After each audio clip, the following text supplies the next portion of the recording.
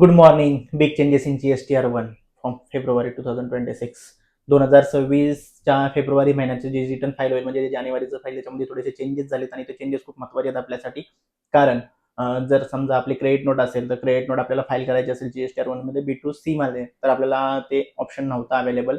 तर आता तो 1 फेब्रुवारीपासून आपल्याला ते B2C मध्ये समजा जर निगेटिव्ह फिगर असेल तर आपण ते टाकू शकतो. तसेच आपण ई कॉमर्स ऑपरेटरच्या थ्रू जरी सेल केला असेल आणि त्याच्यामध्ये क्रेडिट नोट असेल B2C मध्ये तर त्याही आपल्याला निगेटिव्ह फिगर टाकतात. पुन्हा एकदा डिस्कस करूया आपण त्याच्यावरती. GSTR1 मध्ये जे आपण रिटर्न फाईल करताना B2C फिगर टाकायचो ती निगेटिव्ह फिगर नाही घ्यायची. निगेटिव्ह फिगर नाही घ्यायची इन द सेन्स काय व्हायचं की तुम्हाला क्रेडिट नोट जर असेल B2Cच्या तर आपल्याला त्या इन्सर्ट करायला अलाउड नव्हता.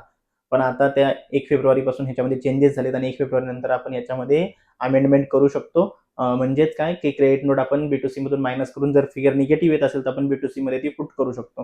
ठीक आहे. टेबलमध्ये जर ई कॉमर्स ऑपरेटरच्या थ्रू जरी सेल केला असेल आणि त्याच्या अगेन्स्ट जर क्रेडिट नोट असेल आणि त्याची फिगर निगेटिव्ह होत असेल तर ती पण आपण त्याच्यामध्ये टाकू शकतो. हा फेब्रुवारीपासून एक चेंजेस आलेला आहे महत्त्वाचा.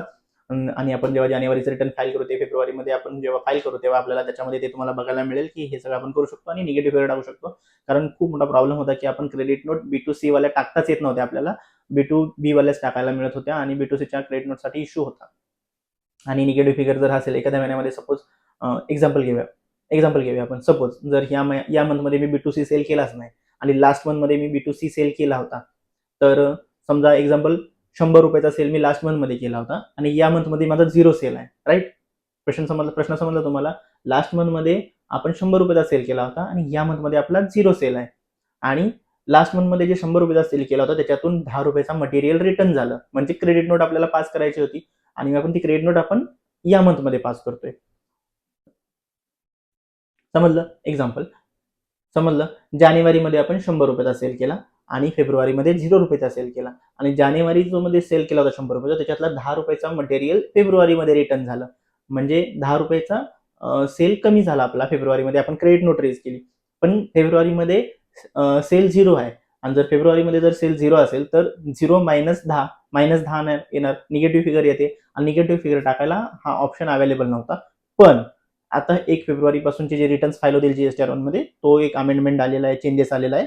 त्याच्यामध्ये आपण निगेटिव्ह फिगर पण टाकू शकतो. म्हणजे जे -10 फिगर टाकायची आपल्याला ते आपण टाकू शकतो आणि आपलं रिटर्न फाईल करू शकतो जेणेकरून आपला B2C आणि क्रेडिट नोट बरोबर मॅच होईल. हा एक महत्त्वाचा चेंजेस आलेला आहे GSTR1 मध्ये. काही जास्त मोठा नाहीये पण महत्त्वाचा चेंजेस आहे ज्याच्यामध्ये B2C आपल्याला टाकता येत नव्हतं किंवा मायनस फिगर घेत नव्हते ते घेणार आहे. सो तुम्ही आता रिटर्न फाईल कराल तेव्हा B2C नक्की त्याच्यामध्ये ॲड करा. जर तुमच्या असतील त्या निगेटिव्ह फिगर असेल तर ते सुद्धा आपण कन्सिडर करता येऊ शकते. ओके. एक छोटासा व्हिडिओ आहे आणि तुमच्यासाठी फायदेमंद आहे. स्किप करू नका, नक्कीच बघून घ्या आणि लाईक करा, सबस्क्राईब करा आणि शेअर करा.